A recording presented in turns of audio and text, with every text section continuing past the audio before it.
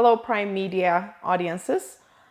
This is your host, Ladette Muleta, and I am here today joined with a guest, Mr. Lawrence Freeman. Mr. Lawrence Freeman has joined us in the past a couple of times. Mr. Freeman, thank you so much for joining us again. I'm very happy to host you again. I think it was about sometime about 6, 7 months ago, the first interview that I did with you. A lot has changed since then. You have pretty much predicted many of the things that Ethiopia is going through currently. I want to start off discussing media. The media coverage over Ethiopia currently. Today, a journalist from Uganda mentioned that he thought he was traveling to a war zone, and now that he's been in Addis and in Adama area, he's realizing there's more soldiers or more cops in the city of Kampala. So, what do you have to say about the media coverage with current situation in Ethiopia? Well, first of all, thank you very much, Lynette, for bringing me back on Prime Media. Most people don't understand the media are not objective. They're not truth seekers. They are part of the political landscape. They're owned by major corporations. The larger the media, the more international the media, the more it's controlled. And they actually work as part of this geopolitical oligarchy, is what I call them, who have their view of how the world should operate according to their diseased thinking called geopolitics. And the media follows along. And in some cases, some of the people in CNN have taken a leading role in determining how people think. They're not giving you objective news. Objective news really doesn't even exist, and they're not even trying to present it. They are part and parcel of the operation against Ethiopia now, as they have been in reporting other situations around the world. When I was younger, we used to call it the line. They put out the line. Now we're more sophisticated and we say they put out the narrative. And once that narrative is put out, everybody mindlessly follows it. You have the case of the United States Senate earlier this year. I mean, the US Senate is supposed to be the most thoughtful democratic body in the world. And yet I found these people to be incredibly ignorant and malleable. And basically they passed a resolution condemning Ethiopia that was all, which they admitted they were lobbied by CNN and the TPLF lobbying group. So what happens is somebody in the Senate who's supposed to be intelligent will say, well, this is what the CNN says. This is what the reporters say. This is what the news media says. And they have no idea if it's true or not. And they really don't even care. They just go along mindlessly aping and following and regurgitating what the media says. So the media is part of the operation. And I never expect anything good for the media. If they do some good reporting, I'm pleased, especially the larger corporations. And sometimes I get some useful intelligence from them. But overall, I consider them part of the apparatus of the geopolitical string pullers in the world. And that's why I was forced to, at the age of my senior years, I had to set up my own website, Lawrence Freeman, AfricaInTheWorld.com, because there had to be some truthful analysis of events in Africa, which I figured I may as well start trying to change the way people think. But the media is a effective institution in shaping the way people, and I wouldn't say the way they think, the way they're willing to have their opinions shaped. And the more powerful the media, the more prevalent the effect is they have on the population, including supposedly our leaders in Washington. So, yeah, a lot is going on this week with the Ethiopia special U.S. envoy. Jeffrey Feltman is here in Addis, I believe, for a 2-day visit. What do you think Mr. Feltman will accomplish while here in Addis? And what is your overall outlook about the U.S. Policy towards Ethiopia currently? I'm not sure what Ambassador Feldman is actually going to be able to accomplish. The United States is, as we say, is in a full court press against Ethiopia and has been for several months, with first the issuing of sanctions early this year. Then in September, President Biden set up an executive order to prepare for more sanctions. And then you had on November 1st, under the president's signature, President Biden threatening to remove Ethiopia from the AGOA Accords if it didn't bend its policy according to US will. I think it gave them 2 months until January 1st. And then you had Ambassador Feldman's presentation at the USIP on Tuesday, where he said things have to change now the way we want in the US. And then since then, you've had the US Embassy in Ethiopia declare a level 4 alert that it's too dangerous to travel, too dangerous to come in Ethiopia. And according to their alert, you should be under armed guard and security right now because it's so dangerous in Addis. And this kind of pressure is coming from the United States. It's very strong right now. It's incredibly stupid because the Horn of Africa has been kept in reasonable stability as much as it can because of the presence of Ethiopia over the last several decades. And the United States, and even more under President Biden than President Trump, is systematically continuing to turn an ally who provides stability not only in the region but across Africa, and turning that ally into an enemy by trying to enforce sanctions. Now, the latest threat on AGOA just shows you how prejudiced the United States is. The AGOA Accords are to allow products, apparel products, clothing from certain African countries to come to the United States with reduced or no tariff, therefore making it cheaper to buy. And there's about 200,000, mainly women workers in the AGOA program, and which probably affects about 1 million Ethiopians total in the economy, all the support operations that go into AGOA. And by removing AGOA, you're penalizing low-paid workers. You're penalizing the women. Where's the Me Too movement now? And this will do nothing to stop the TPLF. And in fact, these removal of Ethiopia from AGOA will encourage the TPLF. They will say, aha, we have the United States on our side. And other rebellious insurrectionist organizations may be encouraged to join the fray. Aha. So these are the kind of problems that the United States is creating. And these problems are going to lead to, or could lead to, further instability and disruptions across the whole Horn of Africa if Ethiopia is weakened, because the United States has already lost Sudan because of its stupid policies for 20 years. I worked in Sudan for almost 20 years, and I saw how bad the policies were. So where is the US influence? Where is the Western influence in the Horn of Africa? It doesn't exist. So what Feldman can do is he can only yell and holler and bluster and apply more pressure, or attempt to apply more pressure. But right now, the government of Prime Minister Abiy has rejected this, has stood up to it. And I don't know what more the United States is going to do unless they're going to begin to dismantle more programs aimed at development in Ethiopia. And the telltale sign, to me, there's 2 telltale signs to the whole rotten policy coming from the Biden administration. One is they never recognized the democratic election that took place in June and again in September. You're not dealing with 2 warring parties. You're dealing with an elected government and an insurrectionist movement.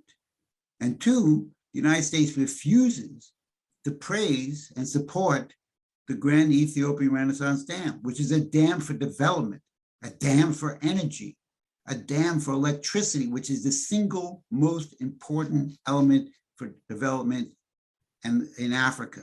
And the electricity is scarce in Africa. So the Ethiopians are adding 6,200 megawatts. The fact that the administration did not respond positively to either of these 2 initiatives indicates that they don't support development. and they support imposing their will. And I don't think President Biden knows anything about this. He's being handed position papers by Anthony Blinken, comments from Samantha Power, Susan Rice, and others. And he's told to read them or sign them, but he has no, I don't believe he has an understanding, but he is president. And therefore, when he puts his signature on something, he's going to be responsible. And he may be responsible for the biggest, the most damage that's been done in Africa since President Obama overthrew and assassinated Gaddafi. And I hope that doesn't occur, but that's impossible where Biden is heading. And his legacy will lie in infamy if he continues his policy to disrupt Ethiopia. Thank you, Mr. Freeman. Do you think the voices of Ethiopian Americans and Ethiopians in Ethiopia is making a difference? Because, I mean, I think that Ethiopians are very united in making their voice very clear in regards to the meddling, interference, or protecting the sovereignty of the country. I think, and I mean, it's wonderful also because the voices are very diverse. It's coming from all ethnic backgrounds and it's coming from different parts of the region. And just the recent elections that happened in Virginia, where the Republican governor, Ethiopian and Eritrean Americans, campaigned for him, and he has won. That also brings in some influence for the Democratic Party, which Ethiopian and Eritrean Americans are a good amount of numbers, especially in those states where votes end up being won in a very slight margin. So what do you think is, and how effective is the Ethiopian voice right now? This is very interesting because even though there's an attempt by all kinds of analysts from the West and the news media, which we already discussed, and the corrupt and rotten CNN and others, to establish Ethiopia as warring ethnicities, there is an underlying Ethiopian identity. And this is what I picked up many years ago from beginning my involvement in Ethiopia. It goes back to the war, the Battle of Adwa, March 1st, 1896. And this is an identity as an Ethiopian, not as an ethnic group. And it's there and it can't be erased. It can't be taken out of the people. You see it in the bold projects for the railroad from Djibouti to Addis Ababa. You see it in the GERD. You see it in all kinds of other cultural manifestations. The West has no understanding of this. They want to manipulate the various ethnicities against each other, play one off against another. And therefore, they're underestimating the Ethiopians. And it's an interesting analysis you brought up because the Democratic Party and Joe Biden, the president, they're in very bad shape. I mean, I've been involved in American politics since I was a teenager. That's over half a century now. And the Democratic Party is in real bad shape right now to get their policies through. And for the Democrats to lose Virginia to a business executive who had never run for politics before in the Republican Party, for him to win in a state that went for Biden, and Terry McAuliffe was the governor previously 4 years ago. This is a major defeat. And I saw many emails and exchanges with the Ethiopian people saying, we don't necessarily like the Republicans, but we're going to make Biden and the Democratic Party pay for what they're doing to our country. And again, the Democratic Party, they don't understand this. They could care less about what's going on with Africans. They're trying to figure out how to manipulate and manage and get their sound bites and their talking points, which last 5 seconds, have no idea content, across the people and bombard them and manipulate them to vote for them. And they don't understand there's larger forces at work. And it's going to be very interesting. I was told that in the Georgia Senate race last year, or actually early this year, where we had 2 Democratic senators win in a runoff, which is unbelievable. I don't think it's ever happened before. And that's given the Democrats the majority, with the Vice President Harris voting on a tie. many people told me that the Ethiopians went all out for the two Democratic candidates in Georgia for Senate. Well, they're not going to do that again.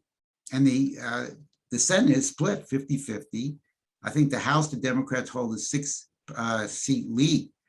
And if the United States continues its policy towards Ethiopia and other countries, they're going to find themselves losing the Senate and losing the House and possibly losing the presidency in 2024. So the Ethiopians are making their voices heard.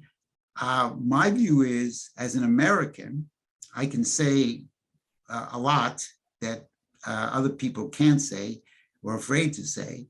And I would encourage the Ethiopians to speak out as much as they possibly can and identify the policy problem, geopolitics. That is, the United States deciding which countries will support and which countries it will use and which countries will insist on carrying out its policy because they rule the world and they have to keep everybody else under them and under control. I think the more Ethiopians speak out against this kind of thinking and against the mistakes of the US government, not the United States. I love the United States. I just don't love its political leaders right now. Thank you, Mr. Freeman. I think that's the message most Ethiopian Americans are also sending is, you know, we love America. We love the founding basis of democracy that, you know, that they are enjoying in the U.S. And, you know, the one most important thing that you want to do is you want to transfer that to Ethiopia and not have something that will actually hinder democracy. So I think the relationship between the U.S. and Ethiopia is very important to Ethiopian Americans because they hold both the U.S. and Ethiopia dearly, you know, and really have the respect for both countries altogether. What are the international, you know, laws with what we're facing? I mean, with, you know, for saying that, you know, Dr. Abiy's administration, you know, let's just, for example, say that the people of Ethiopia do not want any negotiation with TPLF for all the atrocities that they've committed, for, you know, putting the country into this kind of situation, chaos, humanitarian issues, economic problems. And, you know, international bodies are suggesting, no, you have to negotiate and you have to do something. I totally understand, you know, the international community wanting the best for Ethiopia in general. But then I think there's a space that you do actually have to let countries manage their own internal affairs. Internationally, what is the law and what is, because all the propaganda that's been, you know, thrown against Ethiopia has clearly not, you know, has not been able to stick. We have seen time and time again all the false propaganda. You know, Ethiopians are able to bring evidence to some of the things that the international community or the international media has been accusing Ethiopia and the Ethiopian government against. So based on the facts that we have now, what is some of the international law that can be applied in this case? Well, international law in the modern period starts with the conception of sovereignty. And this was first brought up, it has been brought up many times over the previous centuries. But again, in 1648, when they settled the religious wars in Europe, they defined the issue of sovereignty. And they defined the fact that the interest of the other is an interest to thyself, and that there was a mutual self-interest among sovereign nation states having a common interest in the development of the people, or as the US Constitution eloquently says, the general welfare of the people. Now, the current political leaders we have over the last 60 years, I would say since the death of Kennedy, have no understanding of the question of sovereignty. And in fact, more than any other country in Africa, Ethiopia has a right to display and exercise its sovereignty, having been the only country never colonized. They defeated the Italians at Adwa. And unlike all the other countries in sub-Saharan Africa and North Africa, they were not subjected to colonialism. They have a rich heritage of sovereignty. They also have a difficult history going back to the overthrow of Haile Selassie, the Derg, etc. But the continuity of a nation state has remained solid in Ethiopia over centuries. Now, the geopolitical doctrine says we don't respect nation states. We just manipulate them or manipulate groups within them for our purposes. So the sovereignty question for me is key, because all the regional groups, the 9, now 10 ethnic regional states in Ethiopia that was organized, originally 9 under the 1995 Constitution, which I don't think was a good way of organizing, but nevertheless, that was the Constitution, and every group accepted it. Once you accept the principles of the union you've joined, then you are part of that union. Now, the TPLF leadership, not necessarily the people of Tigray, violated their relationship to the union. The government in Addis said, we're not going to have elections because of COVID. And the TPLF says, no, we're going to have elections because we run Tigray. We don't care what the government says. Well, that's already a violation of their agreement with the union of sovereignty. And then they went ahead just a year ago, a couple of days ago, on November 4th, to attack a defense post. Well, once you attack a military defense post, you are attacking the government, because the military exists as a branch of the government to defend the sovereignty of the state. The TPLF leadership that ran these operations, therefore, became an enemy of the state. They were insurrectionists, or as the Russians would call them, putschists. They wanted to overthrow the government. And therefore, the government, being sovereign, says, no, we are going to defeat this rebel group. And therefore, the conflict has gone on. I believe the conflict would have ended earlier this year, or might have ended earlier this year, if the Biden administration had shown support for the government of Ethiopia. But the West doesn't respect sovereignty. It says, oh, these Africans, what do they know? We're the West. We're the white race. We know what's going on. We know how to run the world. And of course, this goes all the way back to the British and French colonial conceptions that Africans weren't even really human for a period of time.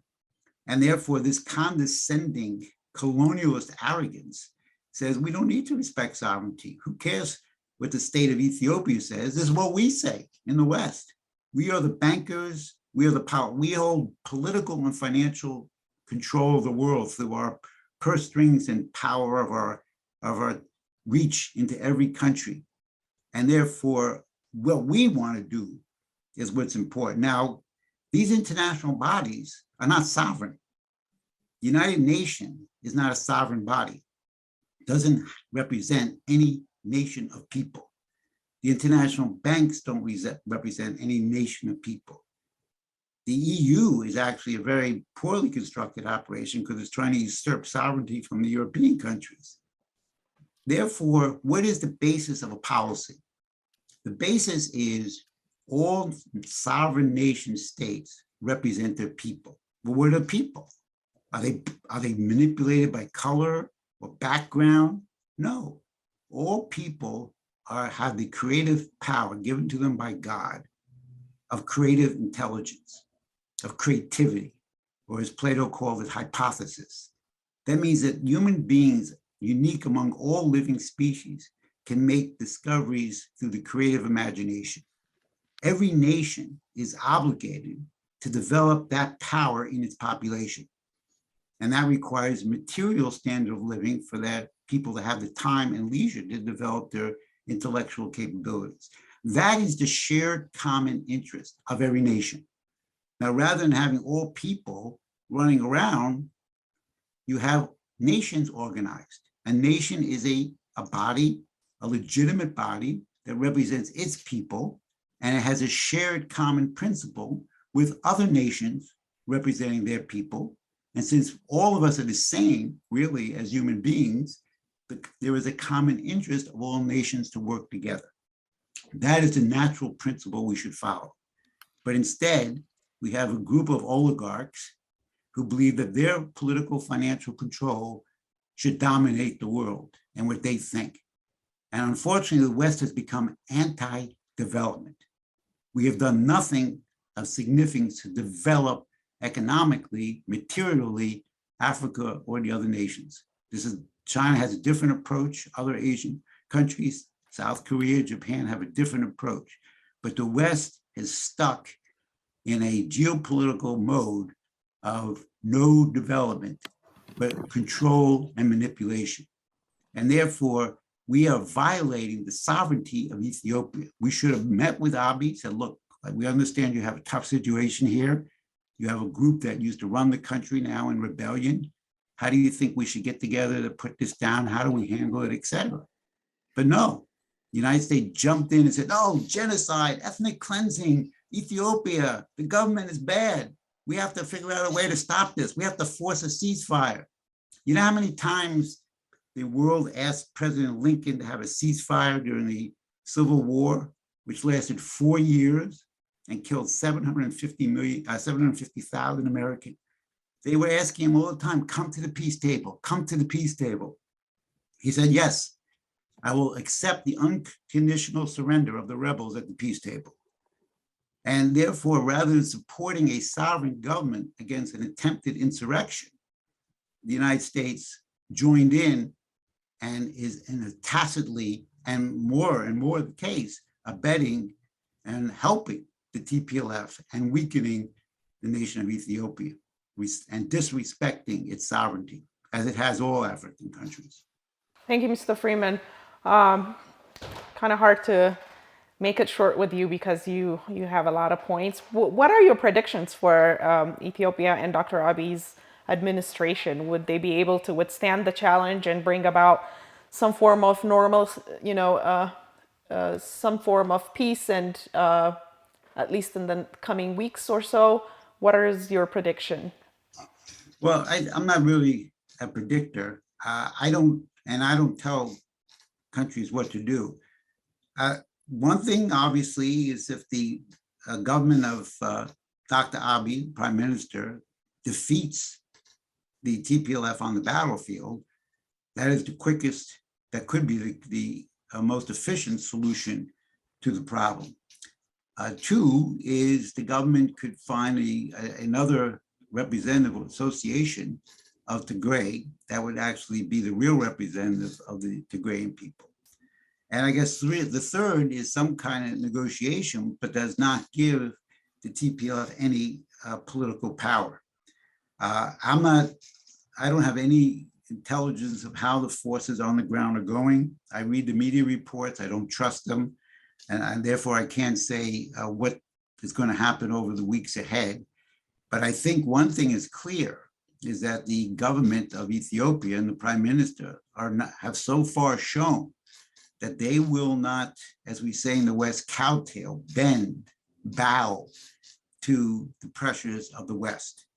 And it would be my hope that somehow the West would gain some intelligence and stop this foolishness and dangerous foolishness of undermining an important strategic government, nation, Ethiopia, and would reverse course and start to actually support the sovereignty of Ethiopia and support the efforts of the government.